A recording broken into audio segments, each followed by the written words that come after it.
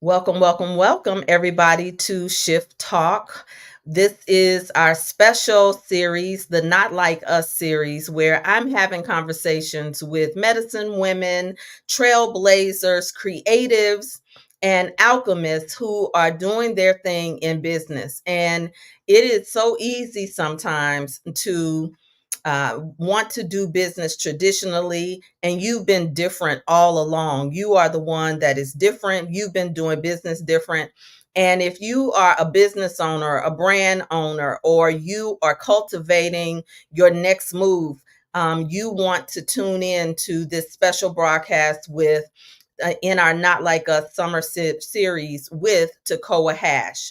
Um, so Tekoa Hash is, oh my goodness, she is the owner of Technique Agency, and it is a absolute game changer in the industry of makeup, makeovers, styling, delivering a total brand package on set and in the lives of some of your favorite celebrities and artists. And I have gotten to know her through the most amazing ways that I will let her tell you. But most of all, I respect her work. I respect the way that she has held a space for her work, her brand, and her work with others. She is absolutely par excellence. And I want you, and she doesn't do much of this. She does not like doing much of this, but we want to welcome Tekoa Hash to the stage. Thank you, Reverend Tanya. I'm glad It's to be my here. pleasure. Yes, it's my pleasure to have you here. You know, So, I can never tell you no. I'm honored that you think enough of me. I'm her student, y'all.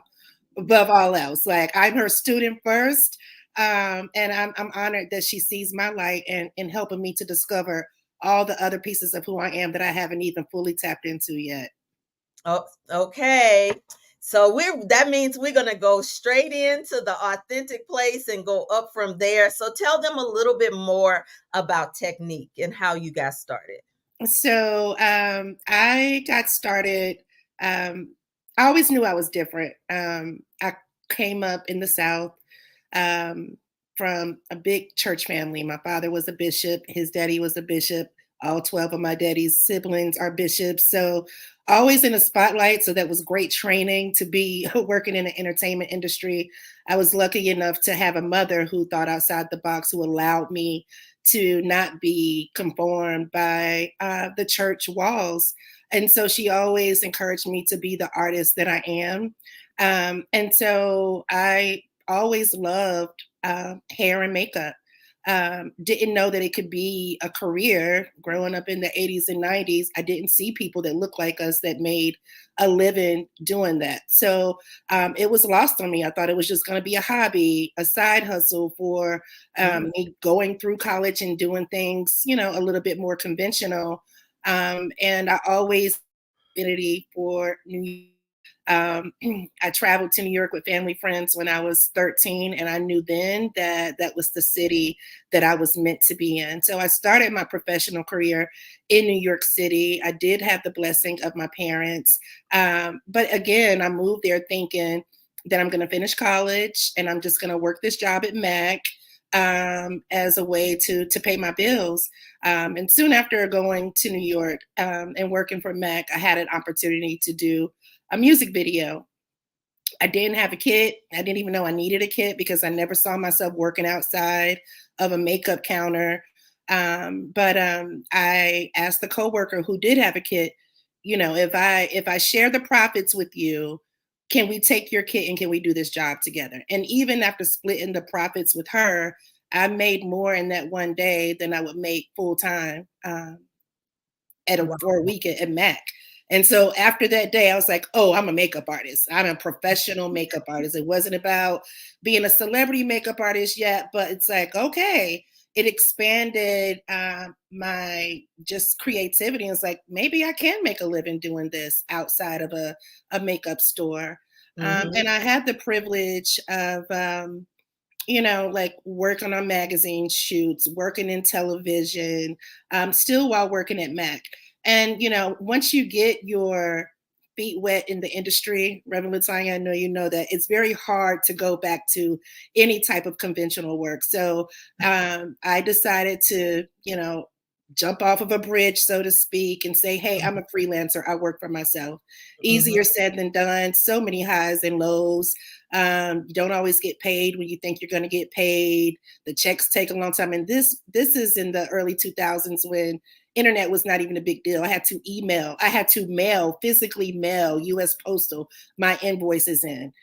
So you can imagine the checks didn't always show up on time, but Right. every time I felt like giving up, a new opportunity would come.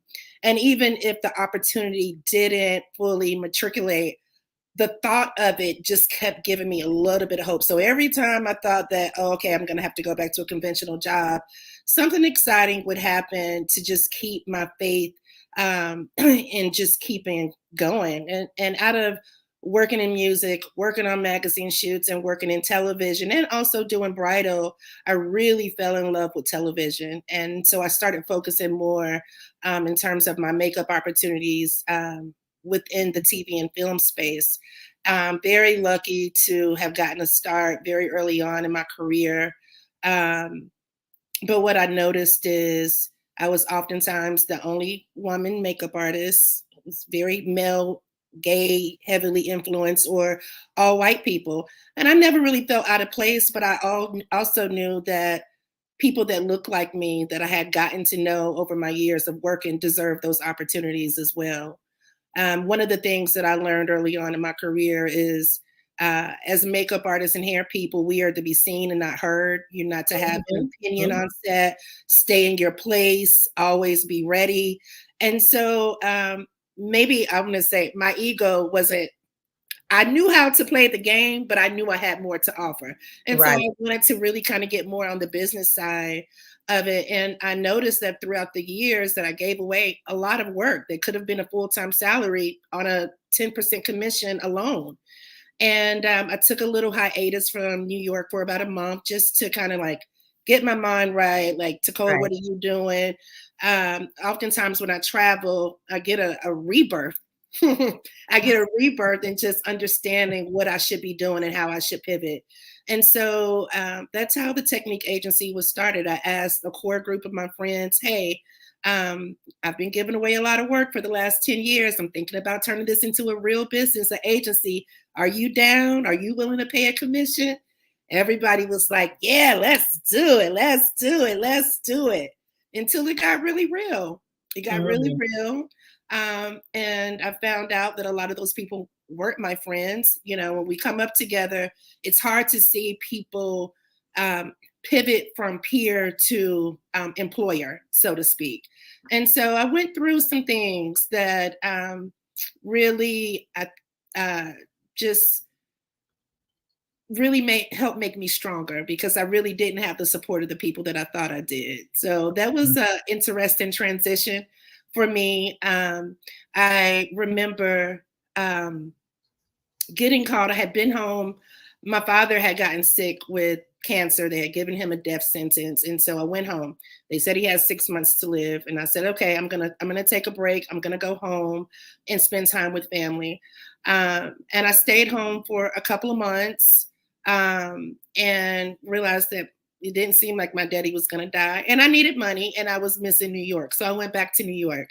And I was sleeping on a friend's couch and within like a couple of weeks of me sleeping on a friend's couch, I got recommended for a project, a pilot project from three different people that didn't know one another. And I loved working in television. And with television, oftentimes pilots don't pay that much money because it's a proof of concept. You don't know if it's going to get picked Right. up. Right. So I took the opportunity. I was completely fine with it not paying top rate. It's like, okay, why not? I love television. And that show didn't have a name at the time, but it ended up being Love and Hip Hop. Come on. And so I was one of the first makeup artists on that show. They could only afford one a day. Me and another gentleman, William Edmonds, shared the show. We would split the days. And from that, like the show after the first season, it kind of blew up and we're still eating off of it today. So that's really how I was able to get the vision of Technique for Black and Brown artists off the ground because of the notoriety of that show. And so we've been doing it, I would say, about 15 years. Love and Hip Hop has been around for about 13. And it really helped expand our reach. And so our goal at Technique, our ultimate goal for artists in the work that we do, is to help Black and Brown people and to advocate for them, making sure that they have fair representation and that they're treated fairly on set and have the opportunities that our white counterparts do. Wow. Wow. Wow. Wow. You did much better than I could have ever done. Oh. But I want a backwards map, just, in the theme of Not Like Us, because I chose you because there you have a compass, a spiritual compass, a moral compass. You have something that grounds you. And you kind of touched on being the only woman. So that's your first Not Like Us. Right? You were trailblazing. You did something on a pilot where there was just you and another person. They didn't pay much, or they didn't pay it at all. Which one They was paid a little bit.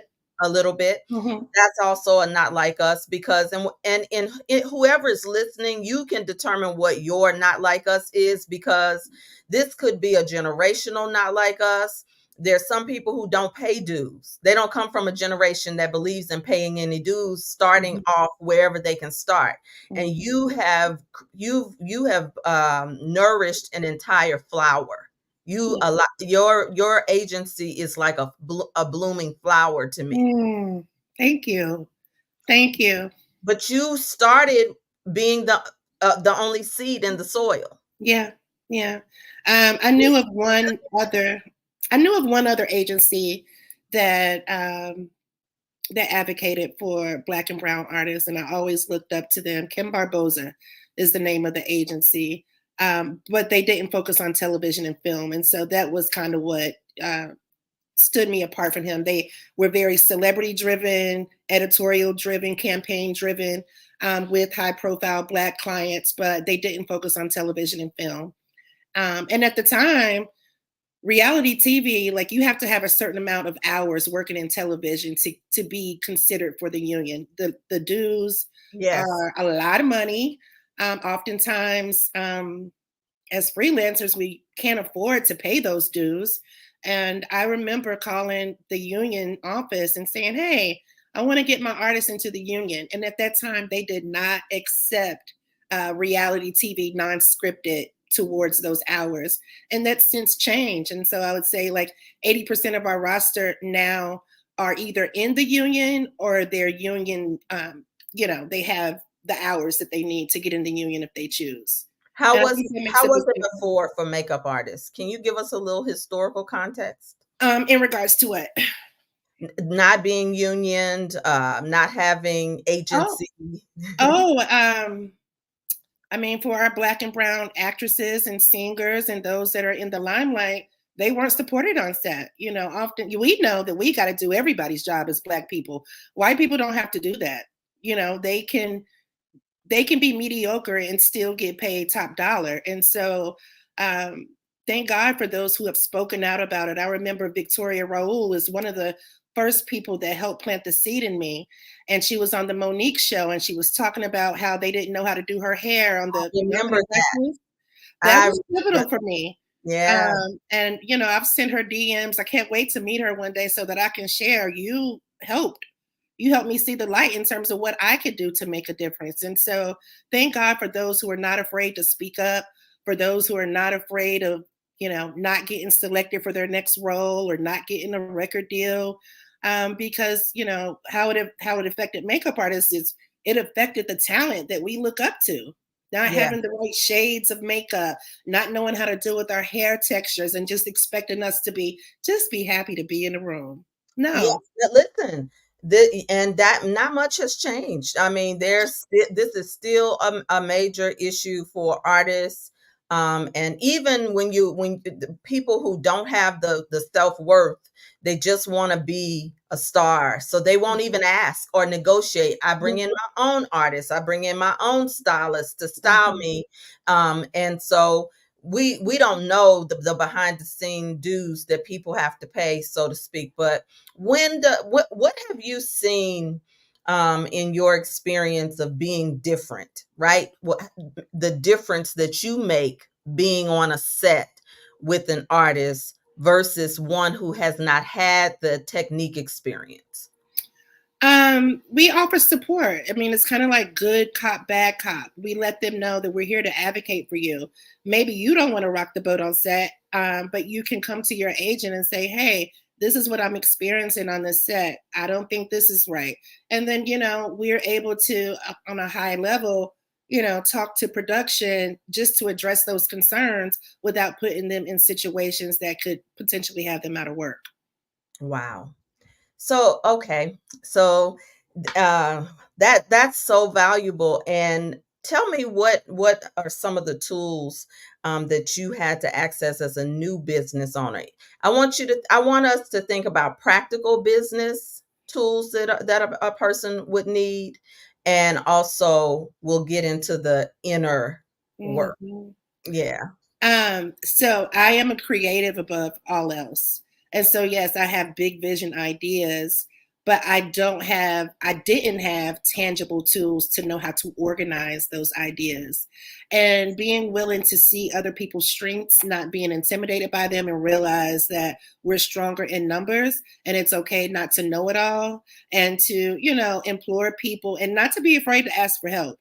Yanis and I have a running joke that I ran a whole successful business on my phone because I was still on set doing makeup myself.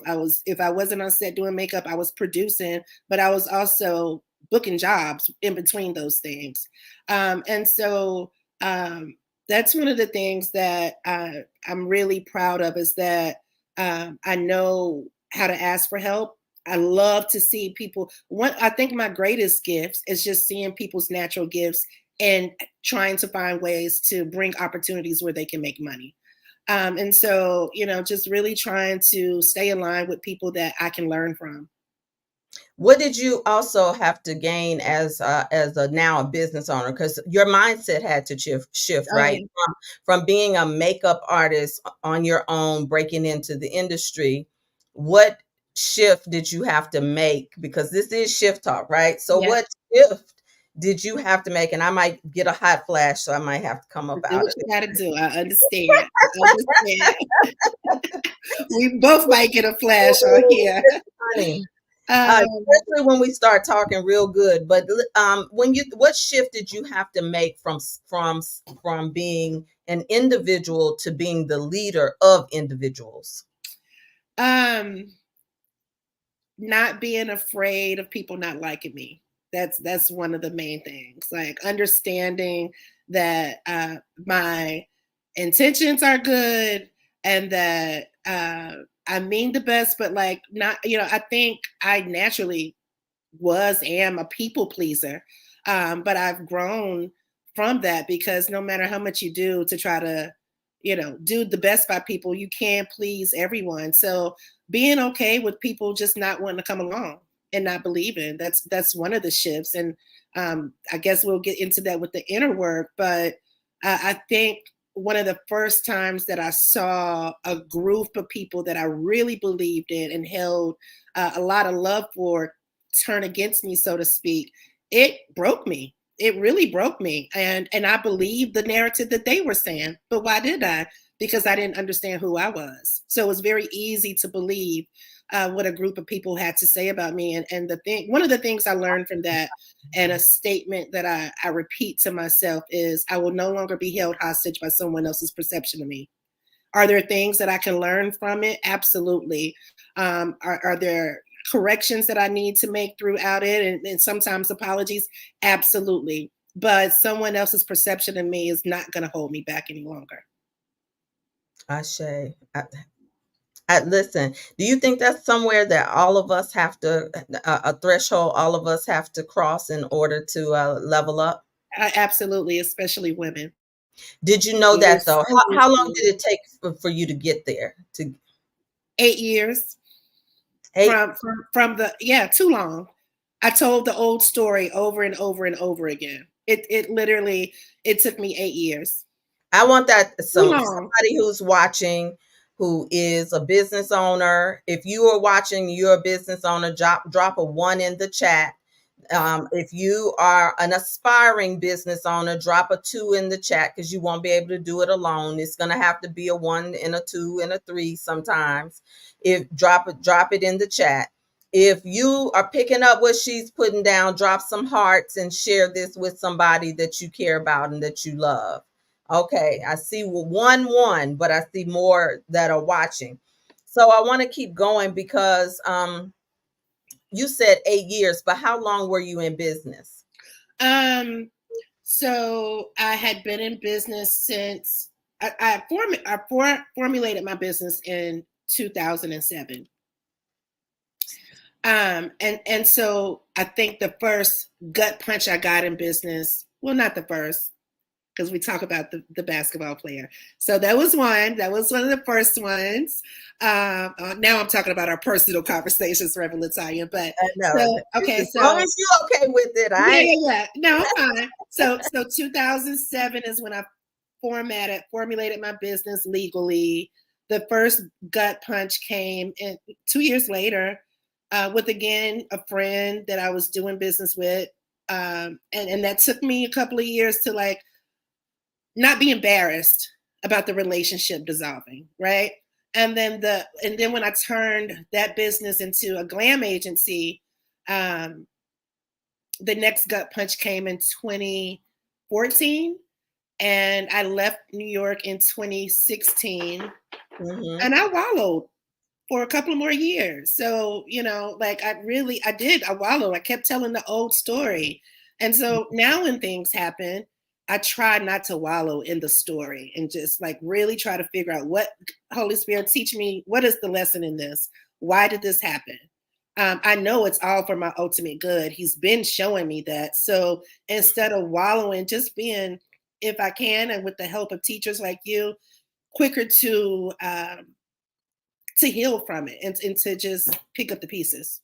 Was that easy though? Because I mean, you for the most part you're winning, right? When you are elevated and when you're on set, right? And when you're surrounded by a lot of power players. Mm-hmm. And so to stop and go within, let's talk about the inner work and what it took for you in terms of the benefit of even doing inner work when you're already getting the bag. Because that's we talk about this honestly. Yeah. For those of you all who don't know, we talk about her generation that's only concerned with getting the bag. So I always think it's a certain kind of shero that chooses to do the inner work. I do. Well, let me say this. I when I decided to fully focus on being an agency owner, I was at the height of my career as a makeup artist. Like that's why I was able to have an overflow of work to implore other people because I was being given so much work. And so in me starting the agency, it wasn't about the money. And I think the church girl in me was afraid to say that I wanted to do it to make money. Um, so even to this day, like my salary at my company is quite modest. I definitely made more money as a makeup artist than I even still do as an agency owner. But as an agency owner, we're stronger in numbers, and the impact that I've been able to make within my community is priceless. And so when I think about what my salary is based on what I've been able to help other people matriculate, we're talking about tens of millions of dollars. Right. Right. So the inner work, first I went to food and liquor before I decided, like I didn't even and people know me as a prayer warrior. I love to pray. It's one of my most natural gifts, but because I was putting my faith in people and not the goddess in me, I didn't even want to pray. I didn't want to, and I thankfully I had a community of people around me that prayed for me. Ooh, come on now. So it's, I guess when you get sick and tired, you just like, okay, this isn't working. This is, you can drink, but tomorrow you got to face it again. You can eat, but tomorrow you got to face it again. It's like a temporary solution. It's not the real healing that I'm seeking in my life now. So tell me more, tell them a little bit more why you got a little emotional. The fact Um, that you were even willing to even share emotion, because you're the big T, not the little. well, it's being able to express my emotion and not being afraid to cry, I think, is one of my strengths. And it's one of the things that I kind of judge myself for a long time until I started understanding my personal trinity more, thanks to you. So, that's helped me be able to lean more into don't hold back the tears when it comes. It's a time and a place for it, absolutely. But I also think it's a part of my authentic self. So I'm leaning more into not looking at it as a weakness and understanding it's a part of really why people are able to the things that I say, and my transparency, and not being afraid of saying, I lost everything. I had to start over. Or, I lost this and I had to start over. So Right, right. And I think there's so many women in business who cover so much, we do. there's so much. We inherit a Western male model of how we're supposed to be in business, which one of them in corporate America is, I'll take a drink of water with you. I won't leave my sister out there. Thank you. Thank you. Thank you.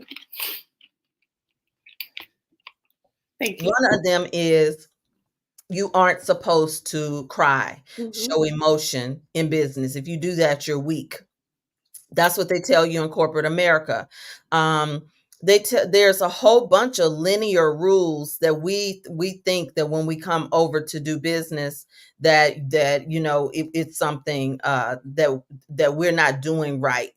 The sister watching saying, "Thank you, sis, for that crying. Yeah. It's not weakness."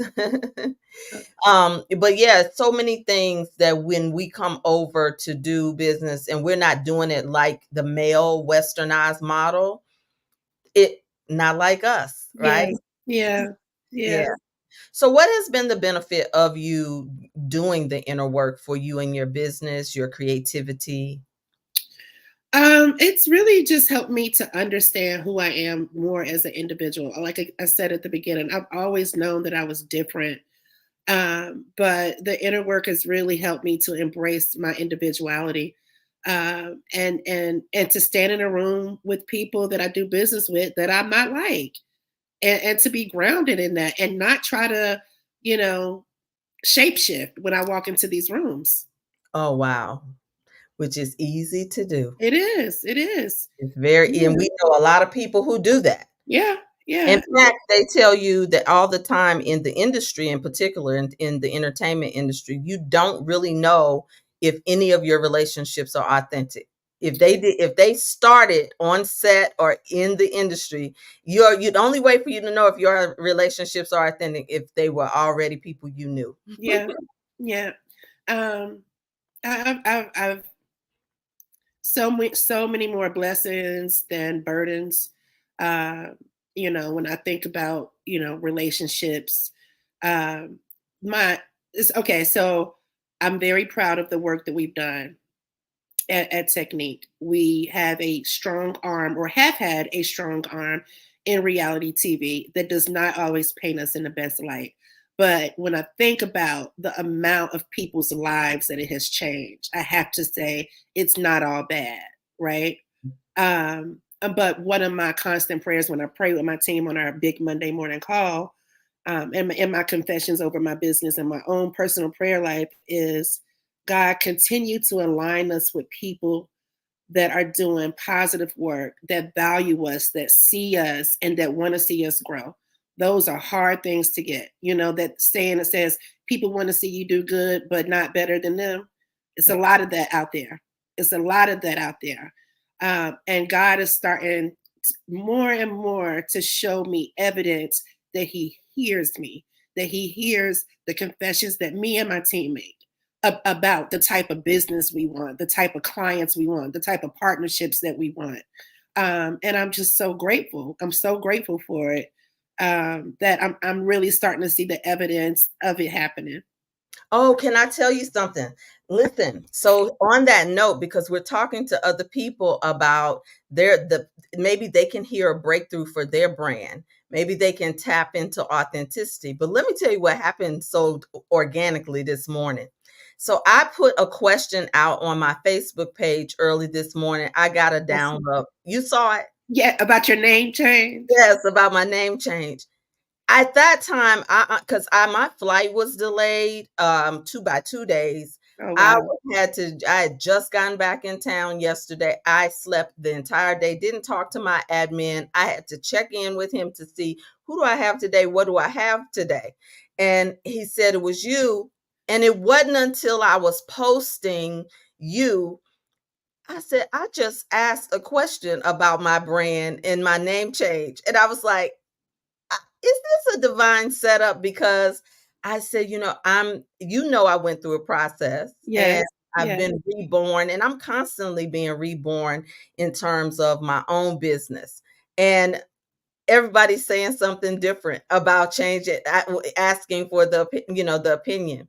And of course, I love it when I'm able to, I guess, integrate everything. Yeah. And so it's the way that things are shifting. There's so much different about my brand now than what it was before. And so isn't that ironic? I would It, ask a it question. is. And I saw the question and I didn't have an answer for it, but I did see the question. I gotta go back and read the comments when I have more time. But the shifting is it's interesting. It's very interesting. I've been making money the same way for pretty much 20 years. And when I think about like my brand, like in the beginning, no, not in the beginning, we did television and film, hair and makeup, right? But Yeah. in 2014, when we lost so much business, like in 1 week, I lost like three of our biggest clients and five of our biggest money makers, like in terms of who we build. And so then we started doing everything, like everything. I started picking back up my brushes and doing it for less than I had ever done it for, and just trying to like keep momentum going and just like okay, we have to make money, and we got some advice from an executive at BET, and she was like, "Listen, I'm sure you all do all of that and you do it well, but it's too much. Like, focus here, focus on one thing, and build that." And I took it to heart, like I appreciated that advice, and so we have stayed. After that, like we stopped saying yes to bridal. We stopped saying yes to doing events. We stopped saying yes to things that just were not within the TV and film space as it pertains to glam. And it served me well. But now I'm at a place where I feel like I've experienced enough as a business owner that I don't have to hold ourselves back and just make money one way. And also, who the hell knows what's going on within this TV and film industry? I better shift or I might be out of.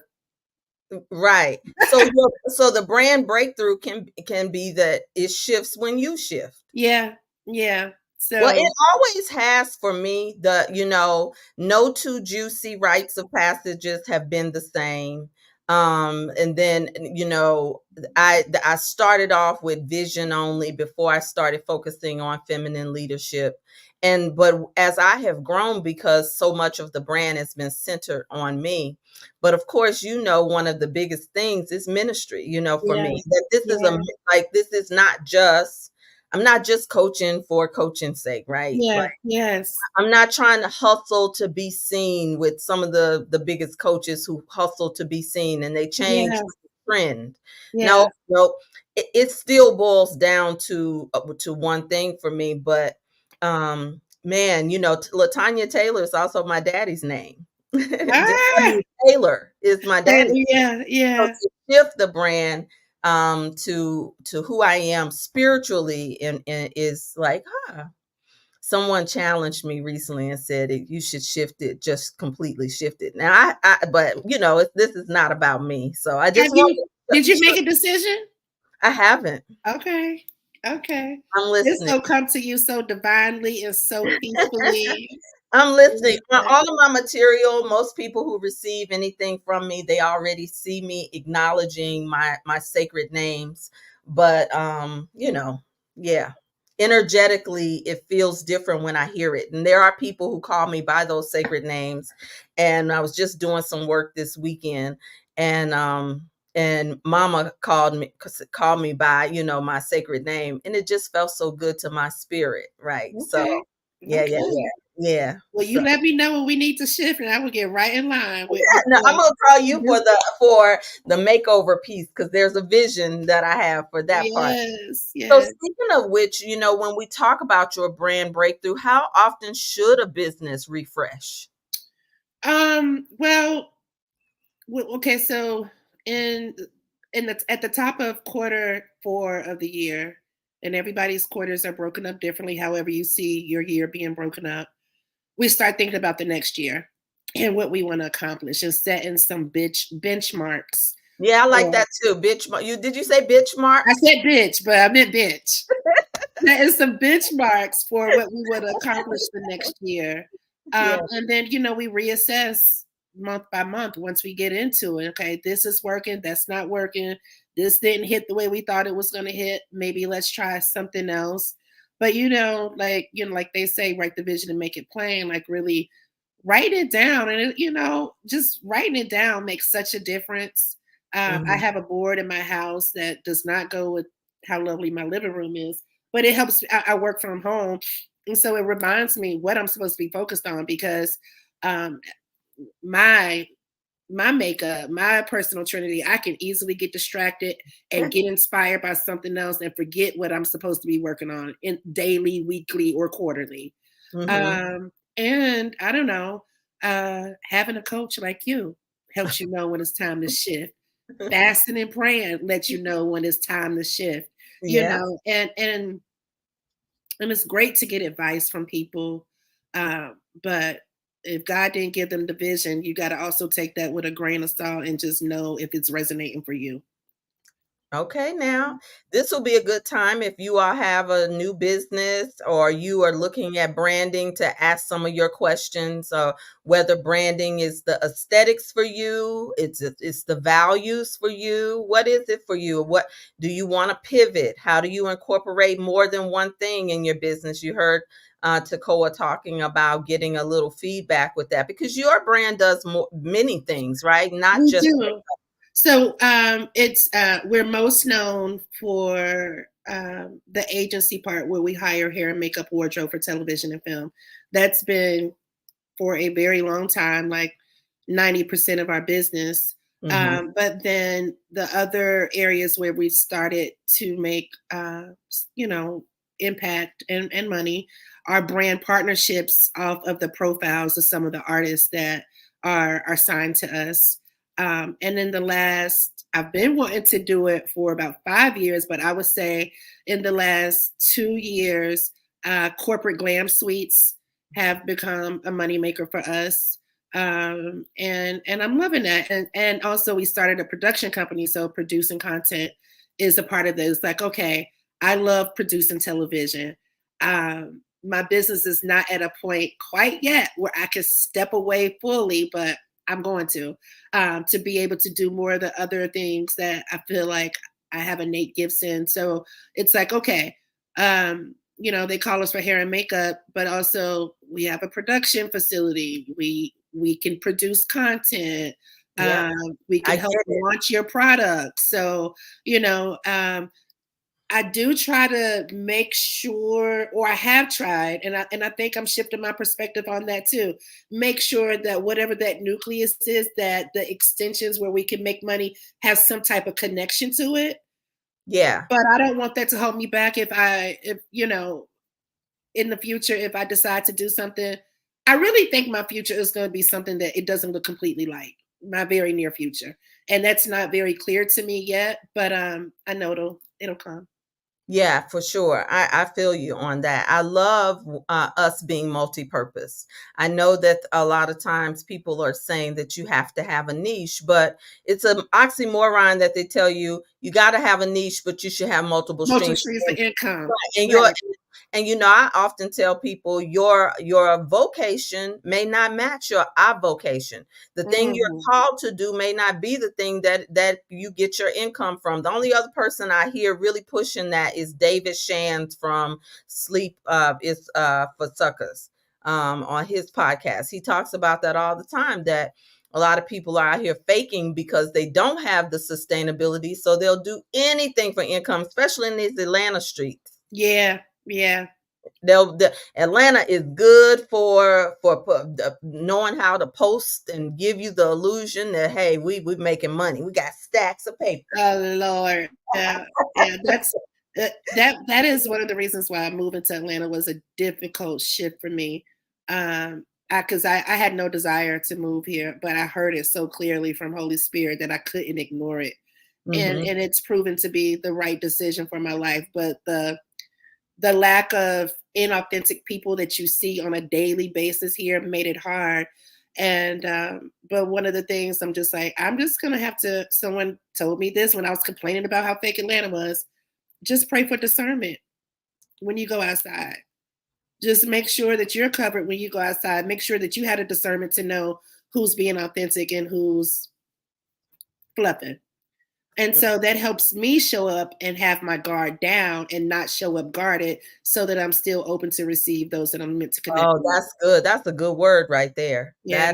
That's good. How you can still show up authentically and stay open and Mhm. not have to be looking with the paranoia and that Yes. energy, because that can come off. There's a lot of people that's been so hurt in the industry Mhm. that it leaves a bad taste in other people's mouths because they didn't do anything to you, or they don't Yeah. know why you act like a certain way. And a lot of our entertainers are so wounded. They just love the art. Yeah. They have genuine intention to share the art and got in a contract somewhere or got mistreated somewhere and that Mhm. type of thing. So that's beautiful. So if there's no questions in the comments, for this is your opportunity. You're talking to a pro.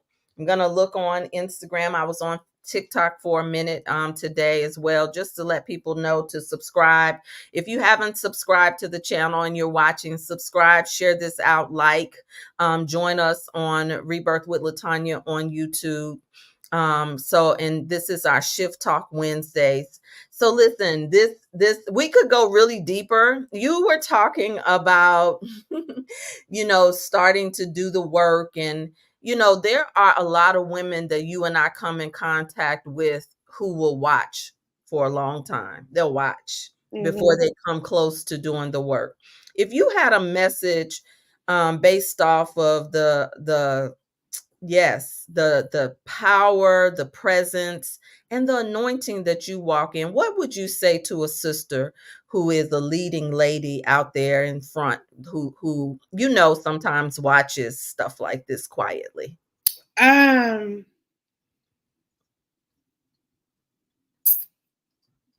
You can be unedited. Okay. I mean, for me, I started getting curious before I met you, because I just knew I needed something different. I needed to have a different. I needed a refreshing. Um, but honestly, me understanding my birth chart has made a world of a difference for me. I'm just going to keep going back to that.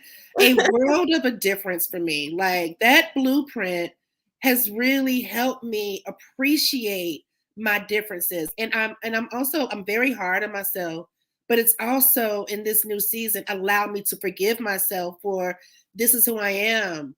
And this is, these things, not that there's not room to change and shift, but this is in your design. So stop beating yourself up about when you respond to a thing a certain way. And to just to better understand who I am as a individual. That is the most important to me. Like I will always say, even before I got my my reading done with you, I was fully aware that each of our power is in our individuality, and Mm. understanding what that individuality is will make it easier to lean into doing the inner work. Wow. Let me tell you a quick story about this blueprint reading. For a long time, I did the blueprint readings, the human design, all of that privately for all my private clients. All my executive clients, they've done it. And I was resisting doing it. I particularly, yep. And someone we share in common who is my mentor, whose name I will not drop, but called me, right? And I told her, I said, and she was like, why you won't do such, such, such, such? And I was like, oh, I don't know. I don't know if people will take me seriously because, I've done so many other Mhm, serious things. mhm. And so I said, I don't know about that. And so she said some other things about people who were really doing very well, in their life and in their career and that type of thing. And do you know that's the divine setup that God has. Sometimes the things that you resist is the very thing that you're called to do. And I'm telling you, it's so funny that you bring this up today I because mean, I mean it. I've been doing it so much lately. I don't even have to go and ask anybody. It's juicy. It's juicy. I mean, you might hear some things you don't really want to hear about yourself, but it's going to help you understand yourself so much more. And it's just, I really feel like I've been a better leader because of understanding that. Um, and I again, I'm hard on myself, so I've been able to be more gentle with myself and forgiving, and also more powerful with myself I by said, understanding it. Not just gentle, but really being, I'm naturally confident, but inwardly confident, is I not always there, even though I present outwardly confident. She's frozen, everyone, but I'm pretty sure that it's still recording on the other end. So make sure you watch the replay. If she's not frozen for you, let me know in the comments. Let me know in the comments if she's not frozen for you. Can you hear me? Am I the one? Let me know. Is it just me? I don't know. Okay, now I hear you. Okay. Now you're okay. Yeah, you were frozen. Okay, good. Okay. I think another reason for so many successful women don't give themselves permission to do things that are not traditional. Um, and so that may be why people are on the sidelines, not wanting to lean into this type of inner work, because I mean it exposes pieces of ourselves, pieces of our past, pieces of uh, our family, things that we may not want to lean into. I don't know. But I'm grateful that I was able to open 10 years ago. I wouldn't have been open to this with my Christian self. Oh, come on now. Talk on it a little bit I before we would move not have on. been open to it with my Christian self. I would not have been. Um, I literally want to ask. I have a few very young nieces, and I want to give their reading to their mothers so that they can better understand their children. But with my Christian upbringing, I don't even know. I'm still praying about it, but I do think it would benefit the mothers that are raising my two young nieces to understand who their children are, who their daughters are. That's beautiful. That's beautiful. A lot of pastors and church leaders are starting to actually incorporate the astrology and astronomy into their conversations and into their work now, particularly those who are deconstructing. And Hmm. so, I do encourage the deconstruction as a part of the process, even for your brand, for your business, because Yeah, sometimes, your business can be held hostage because of those belief systems and things, yeah, Yeah. yeah. So I want to close out with a thing that we do as we are wrapping up in your own words. If there's no other questions for those of you who are business owners and you're watching, If you don't have a question for Tekoa, don't go inboxing her because she doesn't even answer inboxes. So forget about that. She's not even on social media that much. She doesn't have to be. She has a team. So you better try to use this opportunity now, business owner, sister leader. If you have a question that you want to ask about a brand breakthrough that you're seeking or something you want to incorporate and be bold about, an industry that you are looking to break through. I have a few people in spa, beauty, and wellness in the tribe. And there's only a couple of stylists as well who are in the tribe. But I want to throw a word at you, and you finish the sentence with your guidance, one sentence or whatever inspiration that you have. Okay. Um, so I'm gonna throw my P's, my power of the P's out there. Purpose. Find your purpose. Find your passion. Find your purpose. Find your purpose. Find your passion. Find your purpose. Find your fortune. She went ahead already because because passion is one of the letters, but we'll get to it because we'll do another spin on it. Pleasure. Mm.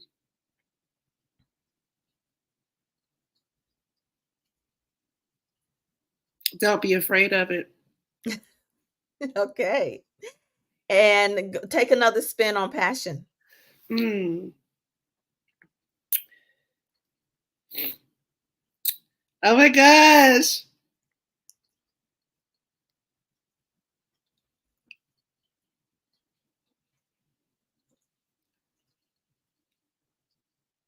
I don't know, Reverend Latoya.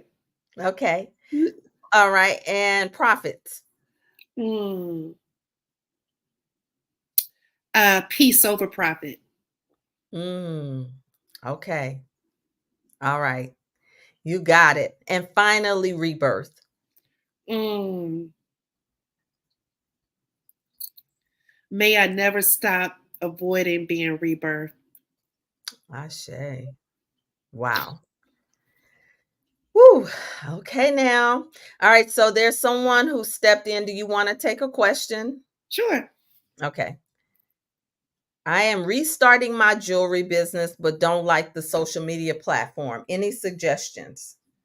I don't either. This is a Chantel. This is an Achilles heel for me. I personally feel you can always like. I find that when there are things that I'm not interested in doing, Fiverr has been my friend in finding people that can help me for nominal fees. Fiverr. Okay. All right. That's the free game there. Restart my business line, but don't like social media platform. Any suggestions? Yeah. Yeah, in this world, it's almost impossible to escape social media. It depends on maybe what are the goals for your jewelry line? Like, how much money do you want to make? How much energy do you want to put into it? Maybe you can do it without social media.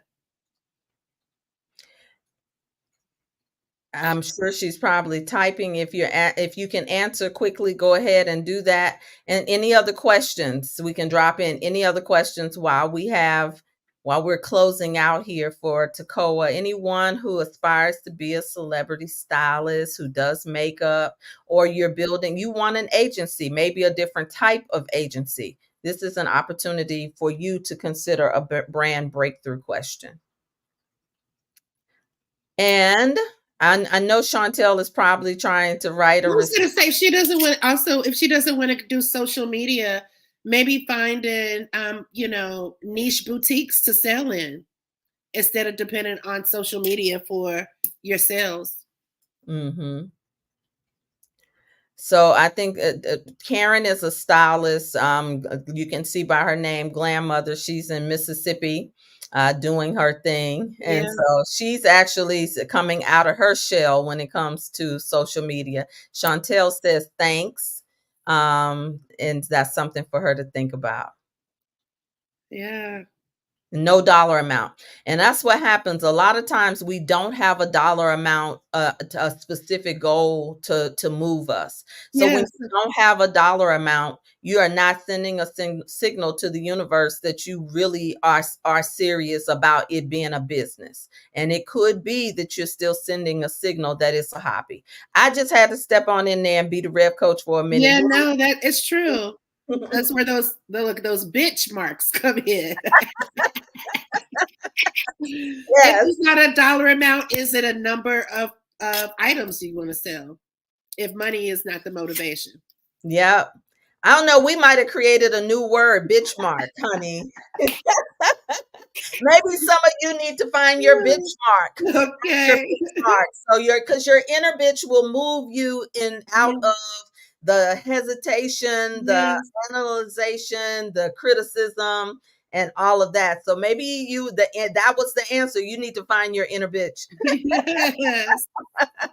Your inner bitch will find your benchmarks. Okay. Thank you so much, Tekoa, Oh, just coming on to talk about your brand breakthrough. I tell you all, for what I'm envisioning for my rebrand. There will be no other person I will want to be a part of it, other than Miss Tekoa Hash, thank who is you. absolutely a queen in what she's doing. And I'm so proud. She's proud to call me her own, and I'm so Yes. so proud to call her mine. I love you, sweetheart. I Thank love you so much for you. sharing with the tribe today. And I guess they're being a little shy, so maybe we'll have you on for another part another time. Let's do it. All right, y'all. So we love you. There's nothing you can do about it. This has been another episode of the Not Like Us series, Shift Talk. Join us next Wednesday for the next conversation. And let's continue the conversation. Make sure you subscribe to the YouTube channel. Check the description if you want to get to Tekoa. Did you bring any particular freebie that you want to share with the tribe today? Anything that, if not, no worries. You gave enough here. No, but I just want to say again, I'm glad to be here. I haven't done this in a while, so I know. I know. So we'll have Tekoa back on. We have a panel coming up. Hopefully she'll rejoin us, because we definitely are going to get to that perimenopause panel, and our yeah, body size and our relationship with clothes changes in that yeah, season. So maybe we can have you here for that. So anyway, see you all on the other side. Make sure you click the link in the bio, share, and do all of that good thing. All right. Ciao.